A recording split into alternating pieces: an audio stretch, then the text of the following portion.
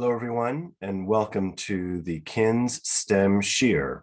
My name is Howard Karesh. I'd like to thank my dad, Dr. Steve Karesh, for inviting me once again to participate in this series. In the last year that I participated in, we chose sort of a more difficult topic, and those were the laws of Hilchos Bishul, cooking on Shabbos. You can find that recording back in the January timeframe. Today, I'd like to cover something a little bit more straightforward, and that is the Aron Kodish that Bezalel and Moshe built in the Midbar, the Aron Kodish, the Holy Ark that was built in the desert, and the Luchot, the tablets of stone, the famous 10 Commandments, the original 10 Commandments. How big were these items? How big was the Ark? How big were the Luchot? And not just how big were they, what was on them? Was it simply 5 and 5, like we traditionally see depicted in graphics and in our shuls and in other sorts of materials? Well, there are answers to these questions, and why don't we dive in? I am going to share my screen so that you can all see the source sheets that we're going to be following today. So we begin with the psukim. These are in Sefer Shmos, in the 25th chapter, Pasuk Yud, the 10th verse. Ve'asu Aron atzei shitim. You should make an ark out of acacia wood, amasayim v'chetzi arko, 2.5 amos, 2.5 cubits long, v'ama v'chetzi rachbo, and 1.5 cubits wide, v'ama v'chetzi komaso, and 1.5 cubits tall. So we are talking about some sort of box that is slightly longer than it is wide, and equally as tall as it is wide. It is 2.5 amos by 1.5 amos by 1.5 amos. And we'll get in a moment to what is an amma, or as a famous 1960s comedy routine asked, what's a cubit? Moving on to Pasuk Yud Aleph, Vitzipisa oso zahav tahor, and you should cover it in pure gold, mibayis umichutz, inside and out, titzapenu, v'asisa alav zer zahav saviv, and you should put a decorative, a railing or a decorative piece around the outside of the ark. And I'll show you a picture in a moment of what that might have looked like. Pasuk Yud Beis, v'yatzakta lo arba tabaos zahav, you should put on it and fashion for it 4 rings, v'nasata al arba pa'amosav, and put it on the four edges. Ushtei tabaos al tzaloha echas, ushtei tabaos al tzaloha shinis. 2 rings on either side, and it was through those rings that they would put poles in order to carry the ark. So for our purposes today, those are the psukim that I wanted to review with you. We have the dimensions, we have the color, we have a little bit of the design, and then there's one more item. If we look down here, Pasuk Yud Tes, va'asei keruv echad mikatzah mizeh, u'keruv echad mikatzah mizeh, 2 kruvim, 2 cherubs, 1 on either side of the top of the Aron. V'hayu ha'kruvim, Pasuk Chaf, porsei kenafayim lamala, they should have wings spread above them. U'fenehem ish el achiv, and these 2 cherubs, these 2 kruvim, were facing each other. So now, what did these look like? So first of all, let's take a look at the structure of the Aron Kodish itself. And these are photos taken from a book published in the late 60s called The Tabernacle, its structure and utensils that we happen to have here in the house. So I took pictures of these just to give you a sense of how the Aron Kodish was built. You can see here that the Aron was actually 3 boxes, one inserted inside the other.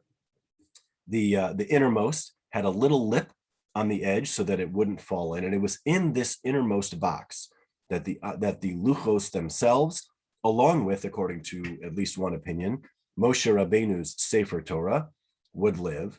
That was inside a second box, and this third box, you could see here the rings on the outside, 2 on this side and 2 on the opposite side.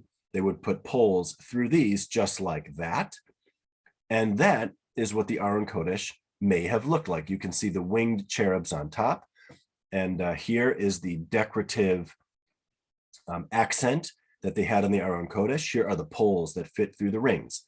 Now, as you can see, the Aron Kodesh itself had no bottom to it, no feet to it, and it would actually sit on the floor in the Kodesh HaKadoshim.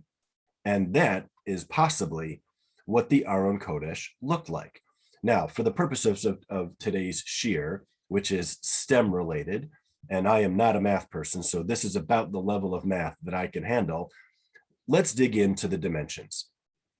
So we have a Gemara in Bava Basra, Daf Yud Dalet Amud Aleph, and a lot of this Gemara and an expansion on this Gemara also appears in Maseches Shkalim in the Jerusalem Talmud, the Yerushalmi, in the 6th parak, the Halacha Aleph, and it appears on Daf Tes Zayin Amud Beis in the Yerushalmi. But this, what you have before you, is a section of Bava Basra from the Babylonian Talmud. Top line: Aron she'asa Moshe, the ark that Moshe made, Amasayim v'chetzi arko, 2.5 amos long, v'ama v'chetzi rachbo, 1.5 amos wide, v'ama v'chetzi komaso, and 1.5 amos tall. This is exactly the language of the pasuk in the Torah that we read earlier. Now, here's where it gets interesting. There is a machlokas, a very well-known machlokas in the Gemara, of how big is an amma. We translate that as cubit, and many will say that a cubit is approximately the distance from your elbow to the tip of your finger, or roughly 18 inches or so. But that actually depends on this machlokas between Rabbi Meir and Rabbi Yehuda. Third line, second word, ba'ama bas shisha tfachim. For these calculations, we have to use the following. Each amma was comprised of 6 tfachim. Tfachim is the plural of the word tefach. A tefach is this distance from one top of the fist to the bottom of the fist. According to the OU website, in the opinion of Ram Chaim Noah, who is a posek who lived in the late 1890s through the mid 1950s, we are talking about 3.2 inches. So according to this first opinion, the amos that were used for the measurements of the Aron were each 6 tfachim. I'll take you through the math in a moment. The haluchos, now the tablets of stone that HaKadosh Baruch Hu fashioned for Moshe Rabbeinu, 4th line, archan v'rachvan shisha. Their length and their width was also 6 tfachim. The avyan shlosha, and their thickness, perhaps their depth, was 3 tfachim. Munachos keneged arko shel Aron. And these luchos were stacked one on top of the other, lengthwise in the Aron. Kama luchos ochlos ba'aron. How much space do the luchos then take up inside the Aron Kodesh? Shnei masar tfachim. They take up 6 tfachim plus 6 tfachim is, they take up 12 tfachim. Nishtayru sham shlosha tfachim. That means that of the 15 tfachim in total that were available on the inside, you are left with 3. Tse mehen tefach, and you take away from that available interior space 1 full tefach divided into 2. Chetzio lekosel zeh, 1/2 a tefach, so roughly 1.6 inches on one side, lekosel zeh, along one wall. The chetzio lekosel zeh, and another 1/2 tefach, again another 1.6 inches on the other wall. Nishtayru sham shnei tfachim, and that leaves you a total space of 2 tfachim, 6.4 inches. And what would be taking up those 2 tfachim, those 6.4 inches? Shebahen Sefer Torah Munach. It was in those 2 tfachim that Moshe Rabbeinu's Sefer Torah was placed. So the Aron Kodesh was very full. And other than a little bit of space in which to put your hands in to remove Moshe Rabbeinu's Sefer Torah, the inside of the Aron Kodesh was full. Let's jump down a little bit.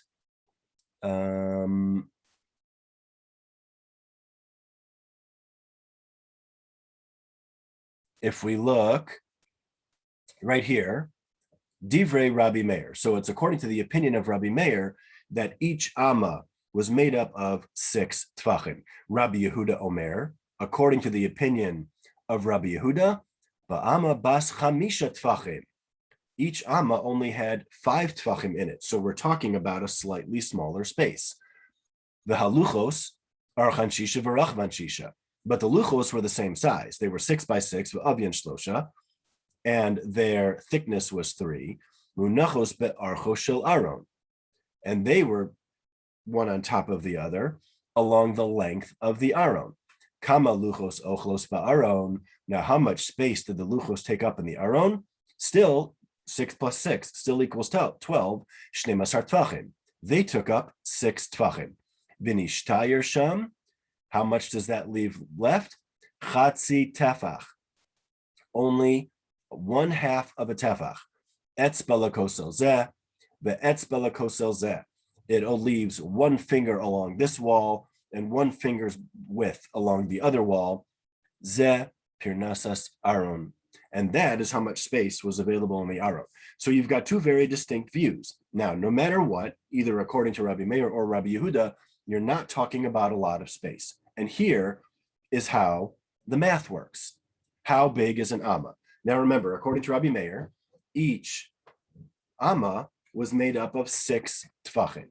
And according to Rabbi Yehuda, each Amma was slightly smaller, made up of 5 tvachim. We saw that each tefach, according to Rav Noah, Zechron Livracha, is 3.2 inches.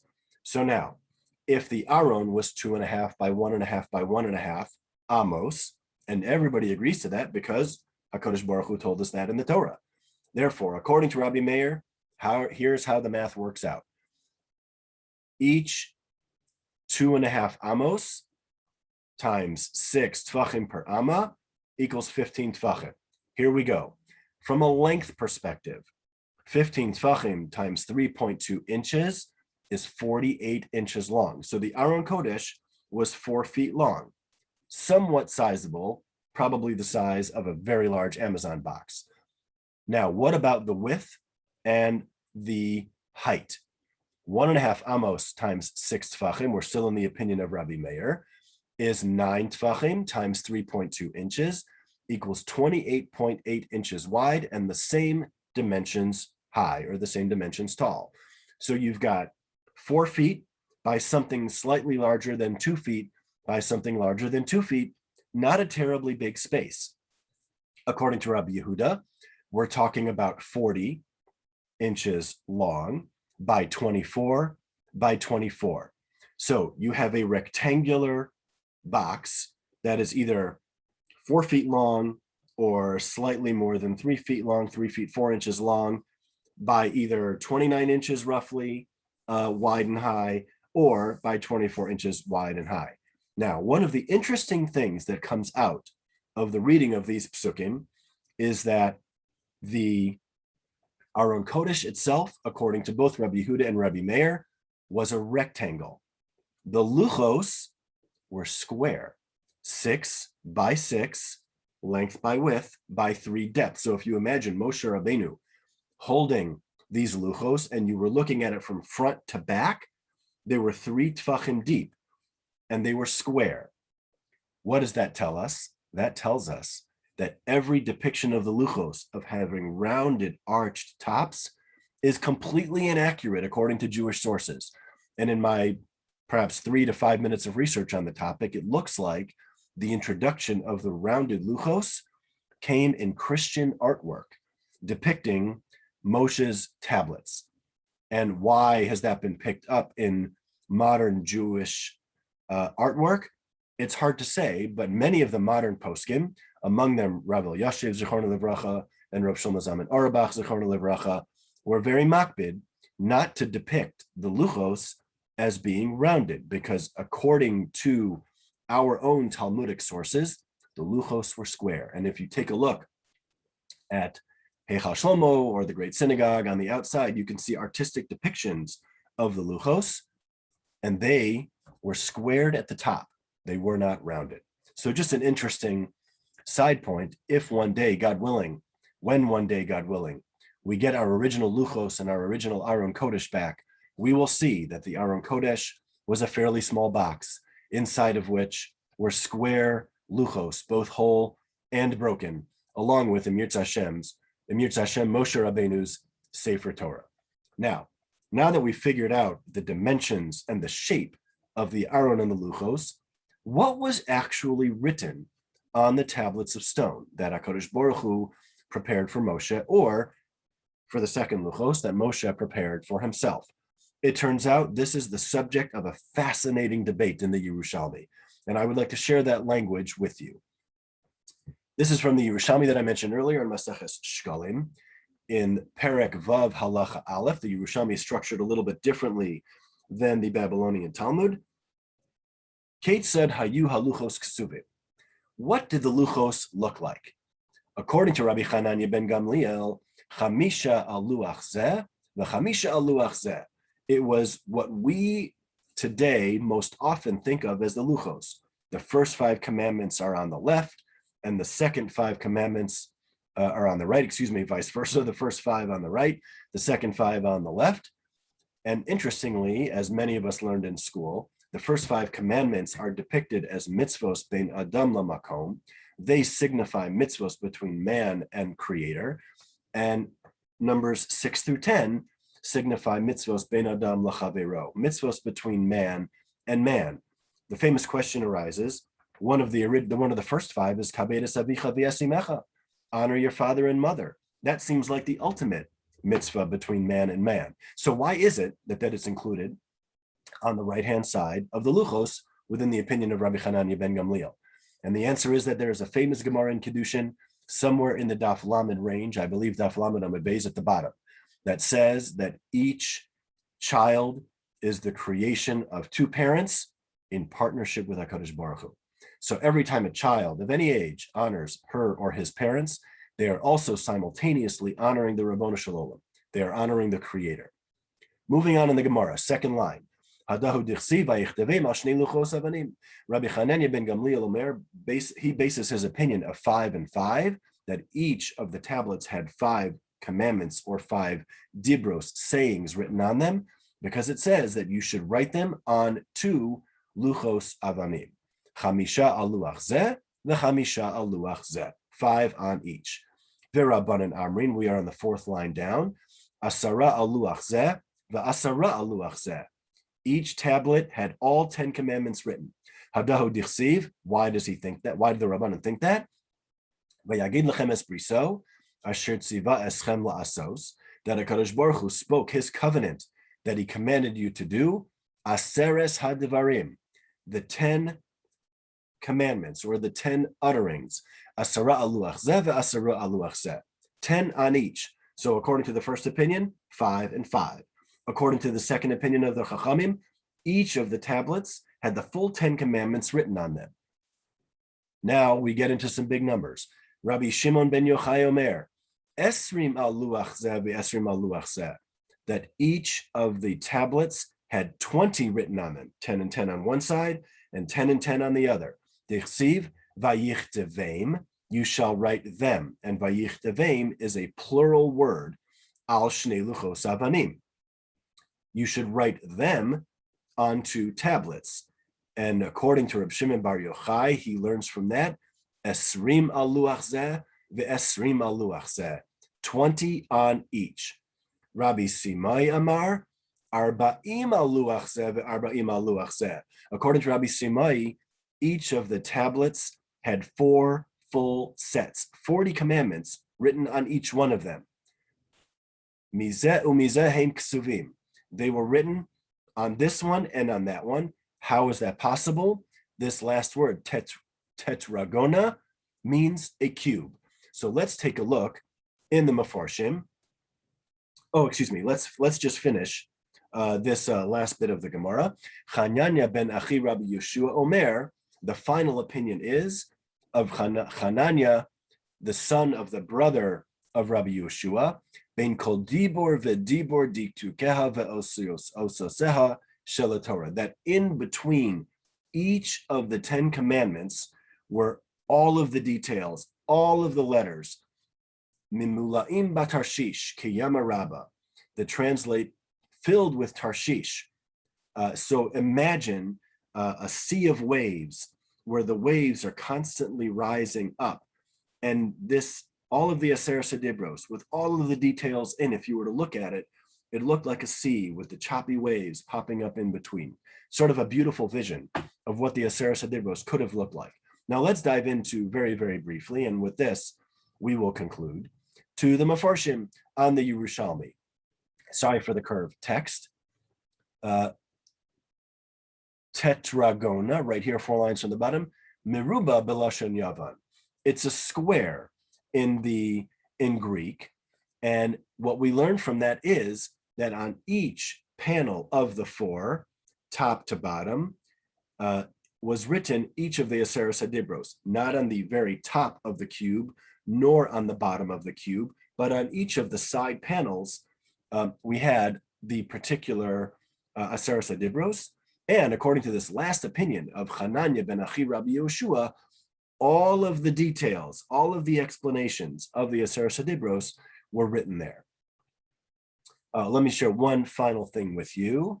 If you look here, the second line of the Tiklin Chadatin is Aramaic, and in Aramaic, the Tuf and the Shin in Hebrew take place. So imagine if this were to say, Shkalin Chadashin, new shekels. So this refers to a commentary on Maseches Shkalim. Second line down at the end in the bold here, Arba'im al luach zeh, Svira leik Rabbi Shimon ben Yochai sheyiksuvim im shnei evereim. He holds, Rabbi Shimon ben Yochai holds, that it was written on both sides. Ach de dorish mizeh umizeh shebechol ever hayuksuvim eser mul eser. He darshans from this side and this side that in every direction, shebechol ever hayuksuvim eser mul eser. On each side were opposite 10 and 10 this way and 10 and 10 this way. So we see that what we might think of as the traditional 10 commandments, 5 on one side, 5 on the other with a rounded top, is either completely wrong, at least in its shape, according to everybody, or partially wrong, depending on this 4 or 5-way machlokas in the Yerushalmi as to what was actually on the Luchos. So to summarize, we have a rectangular Aron Kodesh covered in gold. Inside of that Aron Kodesh were stacked one on top of the other lengthwise, 6 by 6 by 3 Luchos. And in an Aron that was either 48 by 28.8 by 28.8, or somewhat smaller, according to Rabbi Yehuda, 40 long by 24 by 24 wide and tall, inside of which were the original tablets, though broken, that either were 5 and 5, 10 and 10, 20 and 20, or on each panel were 10, and therefore each of the Luchos had 40 dibros on them, added in with this final opinion of Hananya ben Achi Rabbi Yehoshua that included all of the dibros. Thank you all for participating in today's shiur. Thank you once again to my dad for inviting me to attend. The next shiur that Amir Hashem I'll be giving will be in July, and we're going to discuss, Amir Hashem, what happened to the Aron? Where did it go? And where might it be today? Thank you all very, very much.